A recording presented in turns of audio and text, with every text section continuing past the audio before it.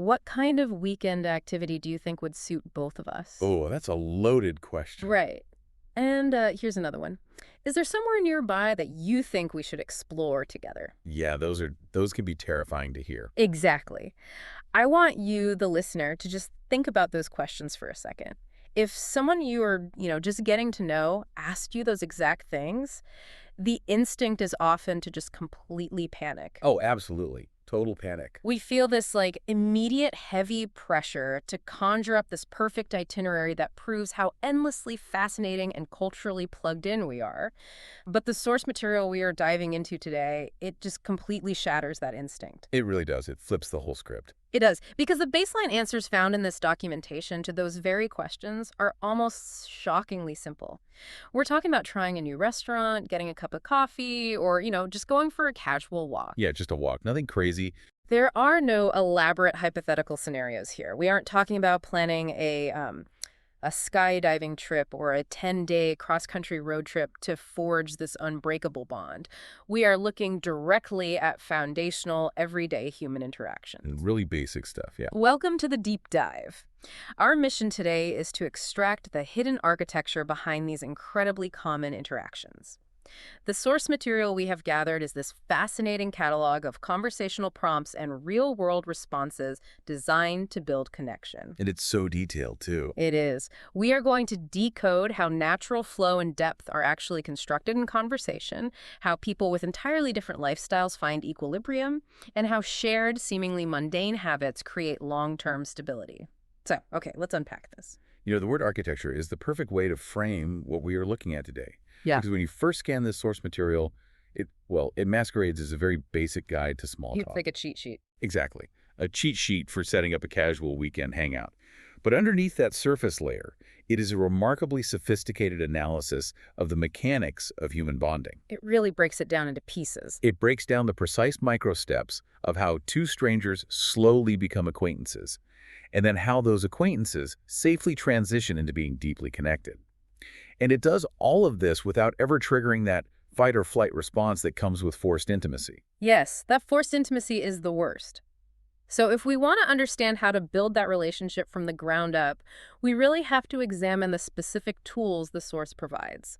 The questions themselves are the scaffolding. The actual phrasing is so important. It is. The text is divided into these distinct phases, starting with shared activities, moving into spending time together, navigating lifestyle compatibility, and eventually looking at future plans. But instead of just, listing these out like a manual, the source gives us these incredibly specific, carefully worded prompts. Wait, they aren't just generic questions. No, take this one for example. What's something new you'd be willing to try if you had someone to do it with? I love that one. It's such a distinct way to construct an invitation. It completely flips the traditional dynamic of asking someone out or initiating a hangout. I mean, the standard approach is usually this closed loop, right? Right, like a yes or no thing. Exactly. Yeah. Someone says, hey, do you want to go to the climbing gym on Saturday? That forces a binary yes or no response. And if they hate climbing, it's just awkward. Yeah. If the other person is terrified of heights, they have to reject the activity, which often feels like rejecting the person. Yeah.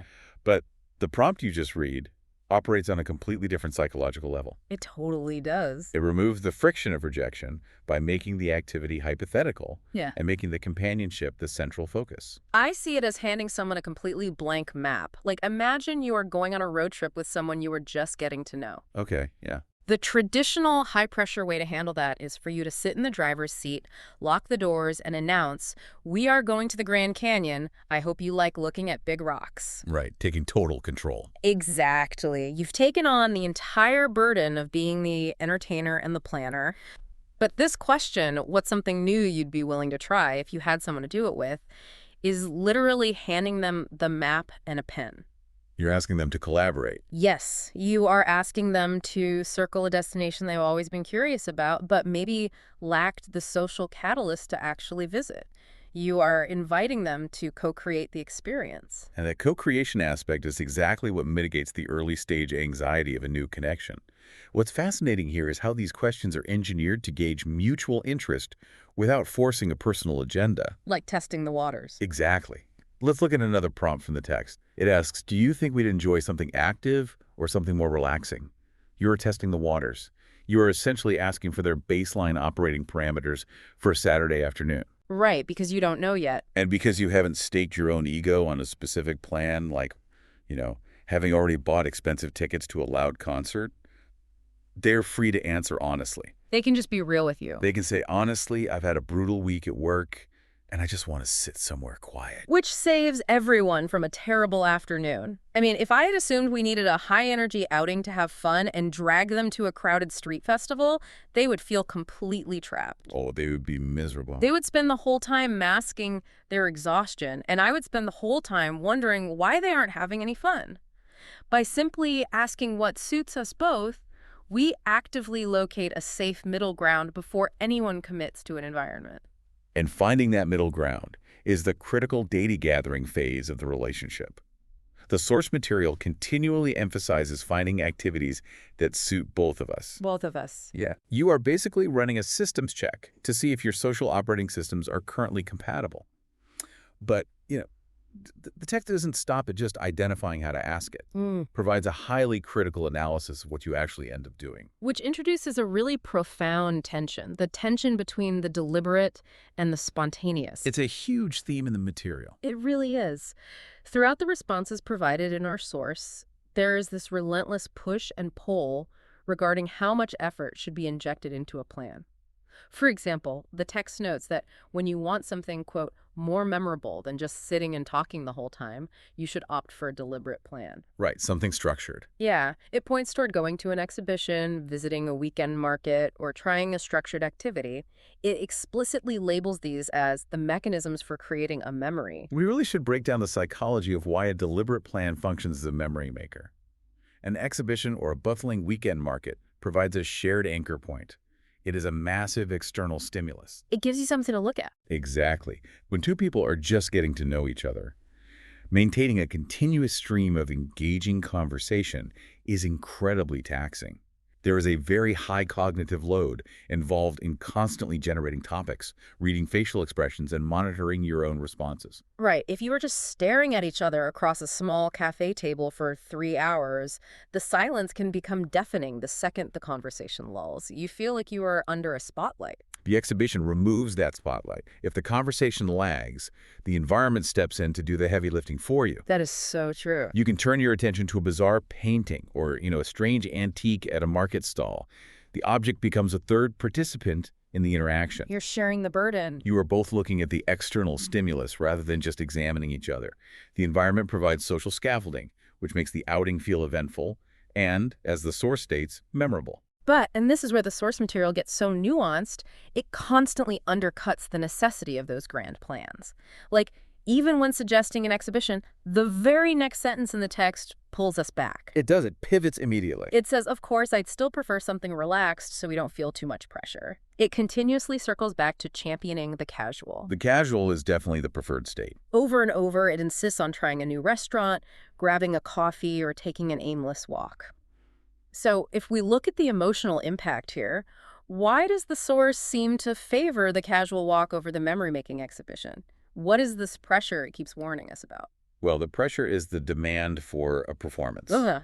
A highly orchestrated day out inherently carries expectations. You have to act a certain way. Right. If someone buys tickets to a museum, navigates weekend traffic to get there, and herds you through all the crowds, a psychological contract is formed. You now owe them a specific reaction. You have to be amazed. You have to be engaged, you have to be impressed, and you have to be on the entire time.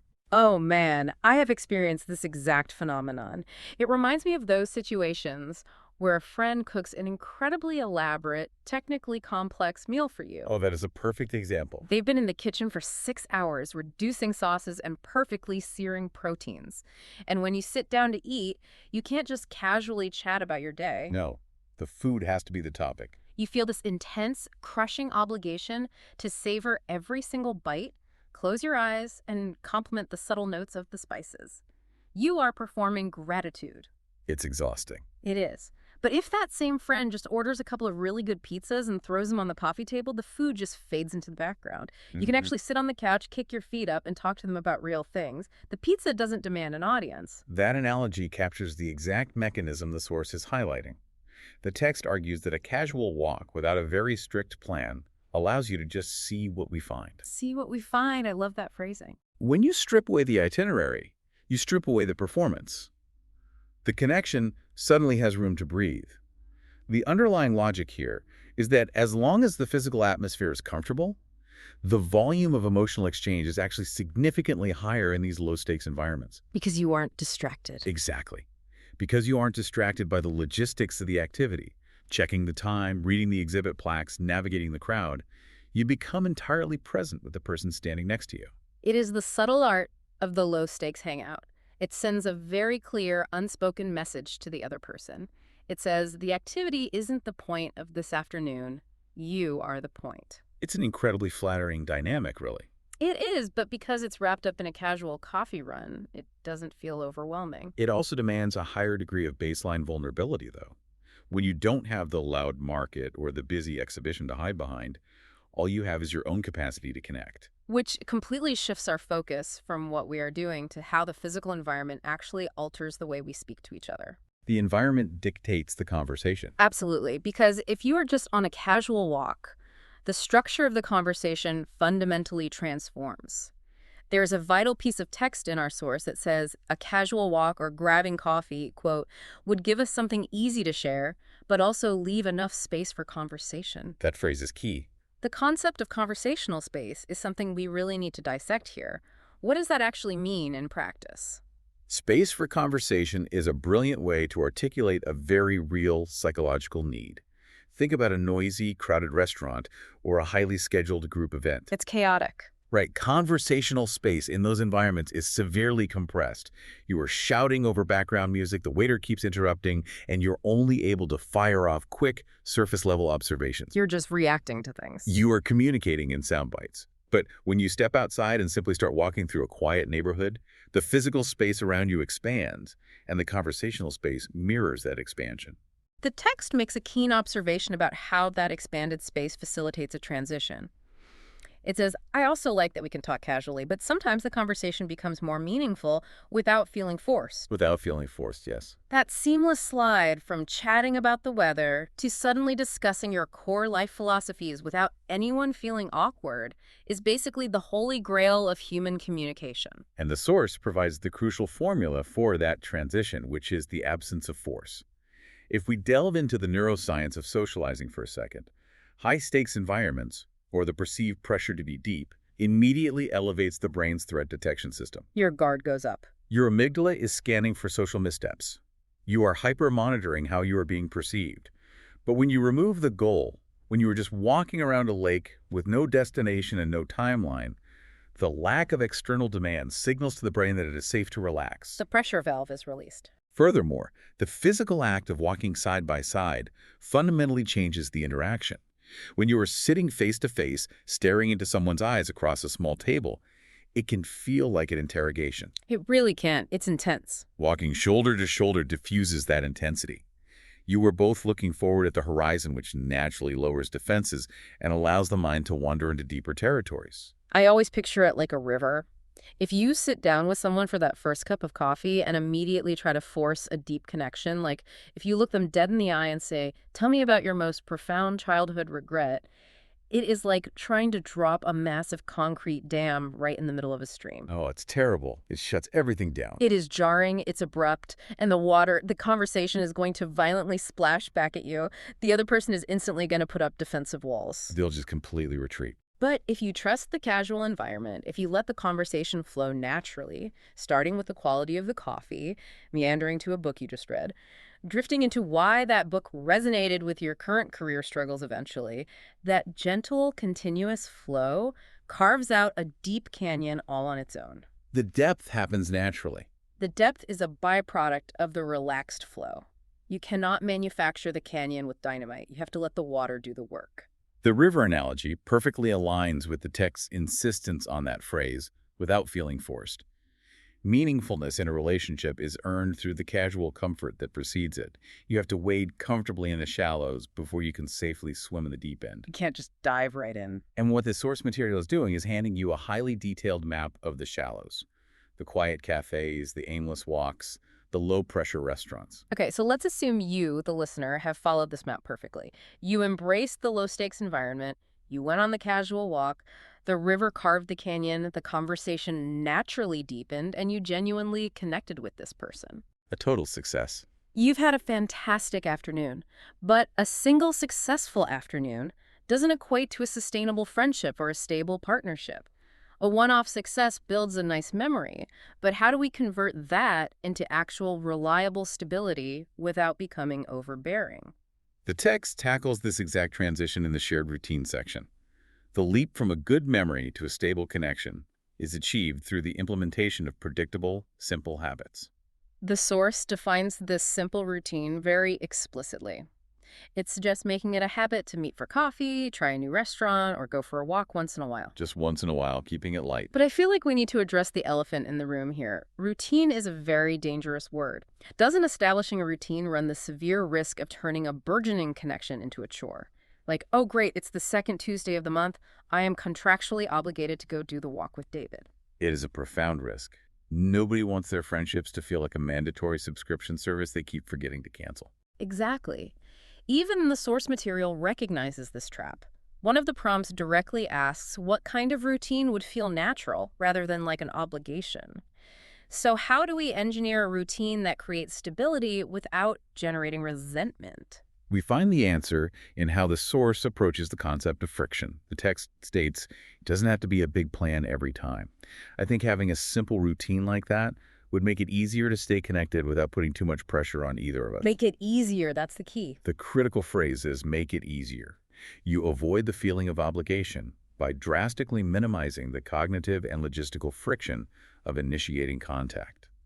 When you say cognitive friction in the context of, just texting a friend, what does that actually look like? Because I think we've all stared at our phones wanting to reach out, but somehow felt completely paralyzed by the prospect of sending a simple hello. Oh, absolutely.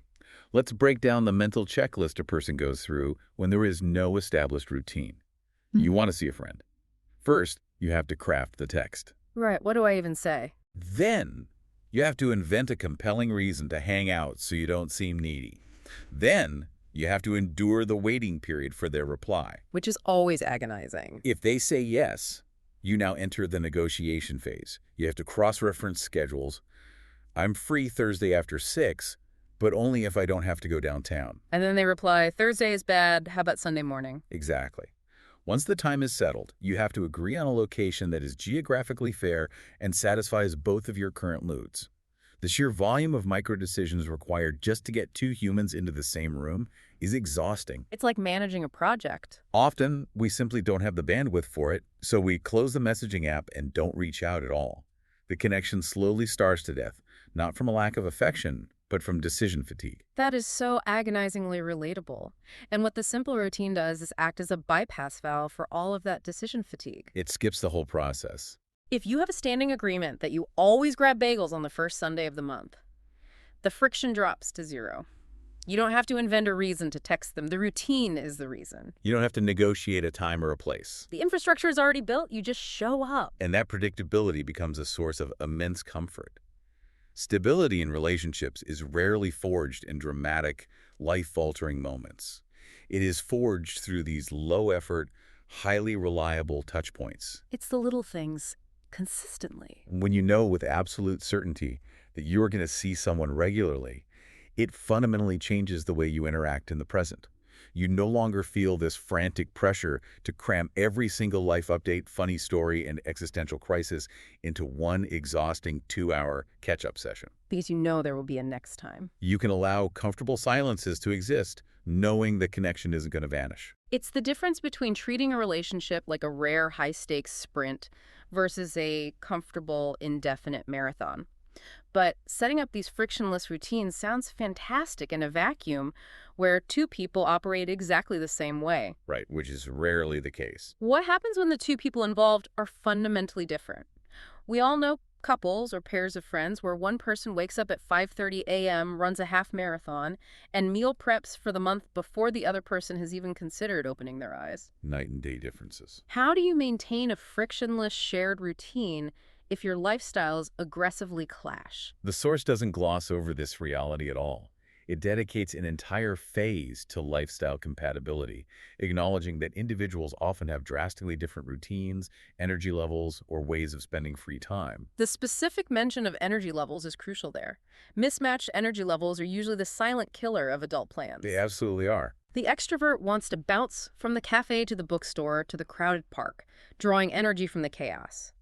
Meanwhile, the introvert is burning precious battery life with every passing minute in public and needs 3 business days in a dark room to recover. It's completely drained. If they try to force a routine that ignores this disparity, someone is going to end up deeply resentful.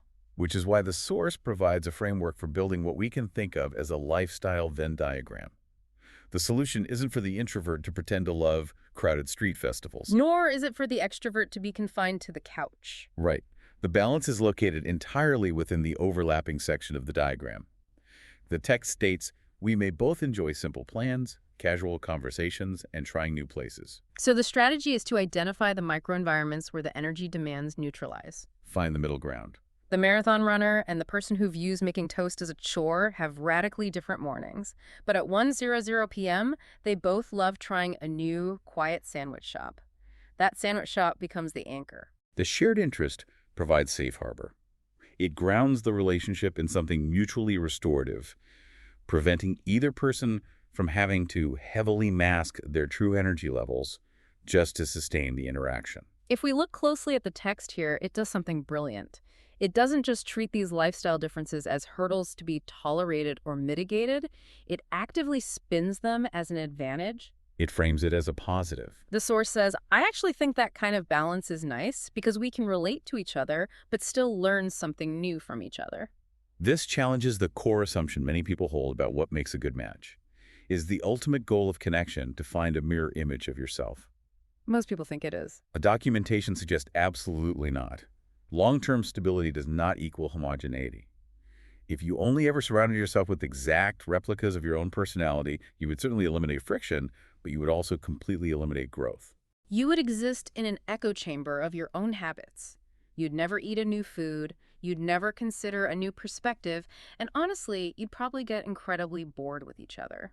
The text advocates for using those shared low-stakes interests as a secure bridge. Once both people are standing securely on that bridge of mutual comfort, say, that quiet sandwich shop or the easy walking route, they feel safe enough to look over the edge and explore the other person's drastically different world. They feel secure enough to venture out. Exactly. The extrovert learns the profound value of a silent, unhurried Sunday morning. The introvert gets gently pulled into trying a new hobby or attending a small gathering they would never have braved alone. The differences, rather than driving them apart, become the actual fuel for those meaningful conversations we discussed earlier. It's the anchor and the ship. The shared routine is the heavy anchor dropped in the bay. Because both people know the anchor is secure, the ship can safely float around, drift on the currents, and explore the immediate waters without the terrifying fear of being swept out to the open ocean. I love that visual. You can explore the differences because you know the foundation is solid. So, we've laid the groundwork. We've established the low-friction routines. We've used our shared interests to balance our differing energy levels. We're doing the casual walks, and the river is carving the canyon. Everything is flowing nicely. But to ensure this architecture remains standing for the long haul, the source tells us we have to perform a very specific kind of maintenance. We have to look backward to move forward. Yes, we enter the phase of remembering shared moments. One of the conversational prompts in this section asks, what's a small shared memory you think we might laugh about later? The inclusion of the word small is fascinating. It's very intentional. It's not asking, remember that incredible, expensive vacation we took? It's asking about a tiny, almost insignificant blip in time. Why is reminiscing about small things so critical at this juncture of a relationship? Reminiscing about the small things is the psychological glue that sets the bond. When you ask someone about a minor shared memory, you are communicating something profound. You are saying, I was paying attention. I noticed you. You are saying, we now share a history. We have an inside joke that nobody else on Earth understands. We possess a shared narrative. It validates all the time you spent together. It proves that the memorable moments the text hypothesized about in the beginning actually materialized. It acts as the proof of concept for the entire connection. It's looking back and saying, hey, remember that time we got caught in the rain trying to find that new coffee shop and we had to hide under that tiny awning? Which was probably stressful at the time. Right. It transforms a miserable logistical failure into social currency. It proves the connection is strong enough to weather discomfort and turn it into humor. And securing that shared history is the prerequisite for the final and arguably most important phase outlined in the source, which is future plans and continuity.